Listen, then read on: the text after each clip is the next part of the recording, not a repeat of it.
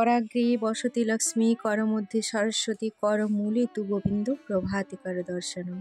ঘুম থেকে উঠে বাসি বিছানায় নিজের হাতের তালুর দিকে তাকিয়ে এই মন্ত্রটি পাঠ করলে জীবনের অনেক বড় বড় বিপদ কেটে যায়। সত্যি বলছি বন্ধুরা, আমি নিজে এটা করে অনেক বড় ফল পেয়েছি, তাই তোমরা চাইলেও কিন্তু এটা করতে পারো। সকালে ঘুম থেকে উঠে ঈশ্বরের ভজন সাধন করলে মনের মধ্যে একটা আলাদা প্রশান্তি আসে। সারাদিন তো সংসারের কাজকর্ম লেগেই থাকে, আর সংসারের কাজে একবার ঢুকে পড়লে তখন কিন্তু আমরা ঈশ্বরের কথা প্রায় ভুলেই যাই। তাই সংসারের কাজের আগে ঈশ্বরকে স্মরণ করতে হবে, আর একটু ভোরে ভোরে উঠে আমাদের এই কাজটি করতে হবে, কারণ এটাই হলো ঈশ্বরকে ডাকার বা ঈশ্বরের নাম গান করার একটি সঠিক সময়, ব্রহ্ম মুহূর্ত। এই সময় আমাদের চারপাশের পরিবেশ এবং আমাদের মন শান্ত থাকে, তাই এই সময়টিই হলো সঠিক সময় ঈশ্বরকে ডাকার। আর একটু ভোর ভোর উঠলে কিন্তু আমরা নিজের জন্য অনেকটা সময় পাই, নিজেদের যত্ন নিতে পারি, নিজেদের শরীর চর্চা করতে পারি। আসলে কি হয়, সংসারের কাজকর্মের মধ্যে একবার ঢুকে গেলে তখন কিন্তু আমরা আর নিজেদের শরীরেরও যত্ন সেইভাবে নিতে পারি না। তাই যদি এই সকালটা বা এই ভোরটাই হলো আমাদের কাছে সময় যে নিজেদেরকে একটু সময় দেওয়ার, তাই একটু যদি আমরা তাড়াতাড়ি ঘুম থেকে উঠতে পারি। নমস্কার বন্ধুরা, শুভ সকাল। কেমন আছো তোমরা সবাই? আশা করছি তোমরা প্রত্যেকেই খুব ভালো আছো আর সুস্থ আছো। আমিও বেশ ভালো আছি। আমি বনশ্রী, আমার এই ছোট্ট পরিবারে তোমাদের সবাইকে সাথে নিয়ে আজকের দিনটি শুরু করছি। আশা করছি অন্যান্য দিনের মতো আজকের দিনটিও তোমাদের খুব ভালো লাগবে। তো আজকের দিনটি হলো শুক্রবার, আর এখন ঘড়িতে সময় হয়েছে ঠিক সকাল 7:10। তো দেখো, আজকে একটু হাঁটতে বেরিয়েছিলাম, আর আজকে তোমাদের সাথে একটু তলা ক্ষেতটা শেয়ার করছি। তো দাঁড়াও, এটা হচ্ছে আমাদের তলা ক্ষেত। তো বোরো চাষের জন্য তলা ফেলানো হয়েছে। এটা একটু দেরিতে ফেলানো হয়েছে, আর সেগুলো একটু আগে ফেলানো হয়েছিল বলে সুন্দর করে বেরিয়ে গেছে। আর এটা হচ্ছে কাকুদের। এই দুটো হচ্ছে তলা ক্ষেত। আবার চাষের কাজ শুরু হয়ে যাবে কিছুদিন পরে। এই দেখো পুরো মাঠ, চারপাশে মাঠ। আর এটা হচ্ছে আমাদের মিনি ঘর। এখানে মিনি থেকে সব মাঠে জল দেওয়া হয়। বাড়ি ফিরছি কারণ অনেকটা দেরি হয়ে গেছে। শুধু বাসনগুলো ধুয়ে রেখে দিয়ে এসেছি, এখনও ঝাঁটফাট কিছু দেওয়া হয়নি। তো সাথে থাকো আর ব্লগটা কন্টিনিউ দেখতে থাকো। আশা করছি তোমাদের খুব ভালো লাগবে। আর রাস্তাটা খুব ডেঞ্জারাস, একটু যদি এদিক ওদিক হয়ে দুম করে পড়ে যাব আমি। এই দেখো রাস্তার অবস্থা,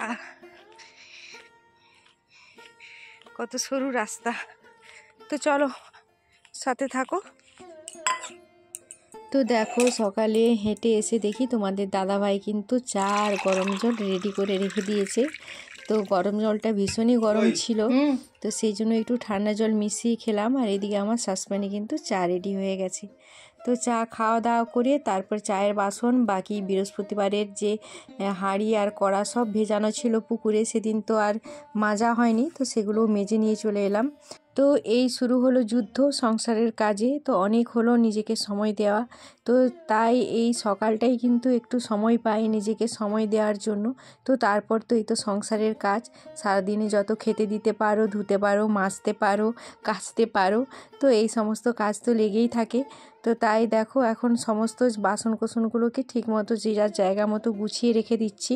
তো সেই জন্য আমাদের প্রত্যেকেরই গৃহিণীদের না একটু উচিত তাড়াতাড়ি করে ওঠা। তো আমরা যদি একটু তাড়াতাড়ি না উঠতে পারি তাহলে কিন্তু আমরা নিজেদের জন্য একটুও সময় পাবো না। তো সেই জন্য চেষ্টা করি প্রতিদিন একটু তাড়াতাড়ি ওঠার। আর যেদিন কিন্তু দেরি হয়ে যায় সেদিন সত্যি প্রচুরই বিরক্তি লাগে, তখন কিন্তু একটুও সময় পাই না নিজের জন্য। তো এদিকে দেখো আমি কাজ করছিলাম, আর এদিকে কুট্টুস তো আমাকে মাও মাও করে একদম অস্থির করে মারছিল। তো ওকে একটু মুড়ি দিয়ে দিলাম। তো এখন কিন্তু কুট্টুস অনেক সোনা হয়ে গেছে, তো শুকনো মুড়ি দিলেও খেয়ে নেয়। আগে যেমন দুধ দিলে খেত সেরকমটা নয়। আর কি বলো তো, এখন তো বাড়িতে দুধ থাকে না, গোয়ালা এসে দুধ নিয়ে চলে যায়, সেই জন্য দুধ প্রায় থাকেই না, একটু আধটু থাকে, তো ওটা রাত্রে খাওয়া হয়ে যায়। তো তারপরে এই যে দেখো মশলার ডিবাগুলো, কৌটোগুলো সমস্তগুলোকে একটু ভালো করে ঝাড়পুছ করে নিচ্ছি। তো আমার রান্নাঘরে তো প্রচুর জিনিস ধুলো হয়, কারণ এমনিতে তো মাটির রান্নাঘর, তারপরে উনুনে রান্না করি, তো সেই কারণে ধুয়ো কালি সব কিছুই হয়ে যায়। তো তাই একটু দুদিন ছাড়া একটু পরিষ্কার করে রেখে দিলে তাহলে পরিষ্কার থাকে। আর যদি না করা হয় পরিষ্কার তাহলে কিন্তু প্রচণ্ডই নোংরা হয়ে যায়, আর তখন কিন্তু কাজটা অনেকটা বেড়েই যায়। আর এইদিকে তোমাদের দাদাভাই গতকাল কিছু বাজার নিয়ে এসেছিলো, আর গতকাল তো আর গুছিয়ে রাখিনি, তো আজকে গুছিয়ে রেখে দেব। তো নিয়ে এসেছে মটর, বেসন, তেল, তারপর লবণ, চিনি আর চা। এগুলোই আনতে বলেছিলাম, এগুলোই বেড়ে গিয়েছিল, তো সেই কারণে নিয়ে এসেছে। তো এখন দেখো তেলটাকে আলাদা করে একটা শিশিতে একটু গড়িয়ে নিচ্ছি রান্নার জন্য, বাকিটা আলাদা করে রেখে দেবো।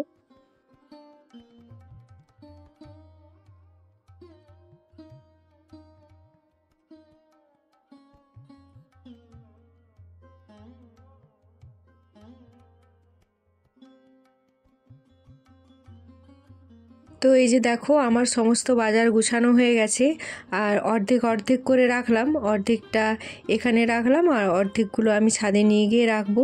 তো আর বাকিগুলো এখানে যে যার জায়গা মতো গুছিয়ে রেখে দেবো।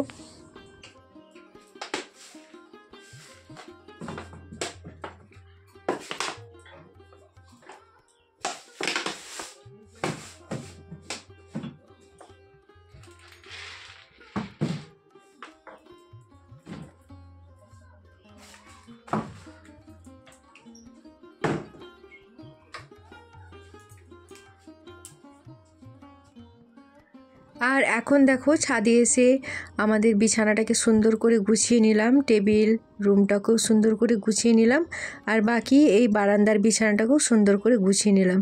আর এখানে দেখো শাড়ি আর সায়া ব্লাউজ সমস্ত বের করে রেখেছি, স্নান করতে যাব তো তাই। আর ওইদিকে জামা কাপড়গুলোকেও সুন্দর করে গুছিয়ে নিলাম।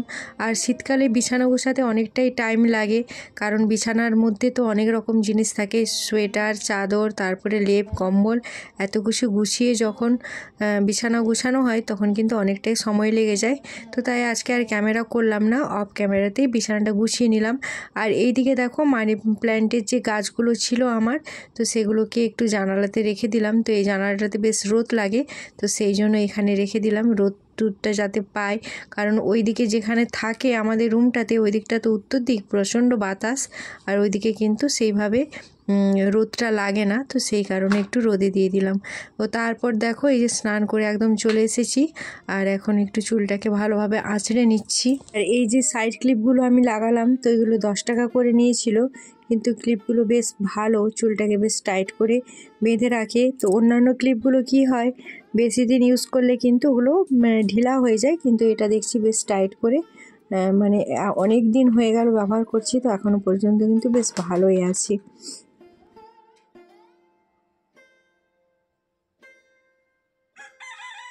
তো এই যে বন্ধুরা, আমার তো স্নান হয়ে গেছে, আর স্নান করে একটু সিঁদুর পরে নিলাম। তো এবার পুজোটা করব, পুজো করে তারপরে খাওয়া দাওয়া আছে। তো এখনও পর্যন্ত কিছু খাইনি, সকালে তো ওই যে কেক খেয়েছিলাম, তো ওটাতেই আমার মানে পেট ভরে গেছে, তো সেই কারণে আর কিছু খাওয়া হয়নি। তো চলো সাথে থাকো, পুজোটা সেরে নিই, তারপর আবার তোমাদের সাথে দেখা করছি, চলো।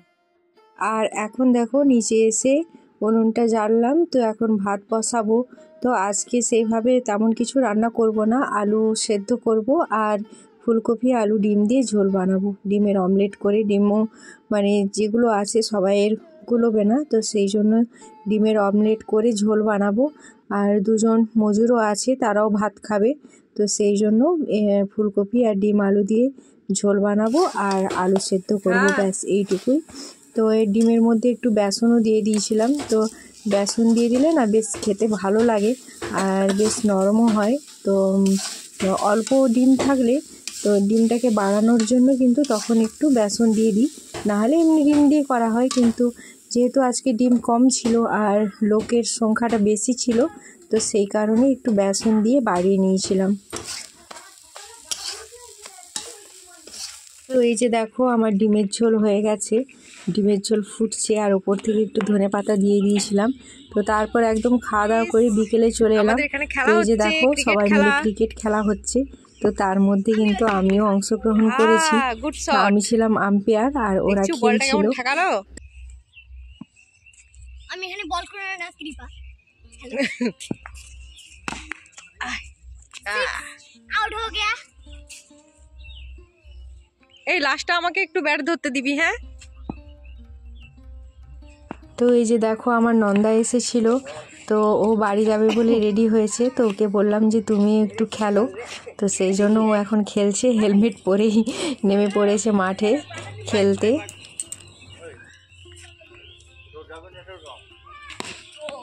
Out out out.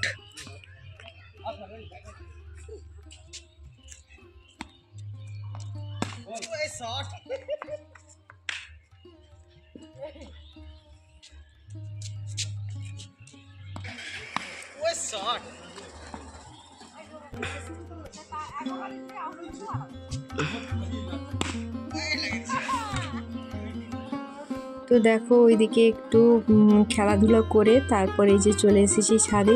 তো বিকেলে ঝাঁটপাট করলাম, জল তুললাম, তারপরে যে ছাদের জানালাগুলো বন্ধ করে দিচ্ছি। তো বেশ বাইরে কিন্তু বেশ ভালোই ঠান্ডা, তো জানালাগুলো খুলে থাকলে কি হবে, বিছানাগুলো ঠান্ডা হয়ে যাবে। তো বাবু আর ভাগনা দুজনেই এখন এই খাটটাতে তো ঘুমাচ্ছে। তো ভাগনা এসেছে, দু ভাই এখানে ঘুমায়, তো সেই জন্য জানালাগুলো বন্ধ করে দিলাম। আর তার সাথে সাথে আজকের ব্লগটাও এখানেই শেষ করছি। তো চলো বন্ধুরা, আজকের ব্লগটা তোমাদের কেমন লাগলো অবশ্যই কমেন্ট করে জানিও। তো আজকের মতো এখানেই ব্লগটা শেষ করছি, আবার দেখা হচ্ছে আগামীকাল আরও একটি নতুন ব্লগের সাথে। তো সবাই ভালো থেকো, সুস্থ থেকো, নিজের খেয়াল রেখো, নিজের পরিবারের খেয়াল রেখো। চলো আজকের মতো টাটা, শুভরাত্রি।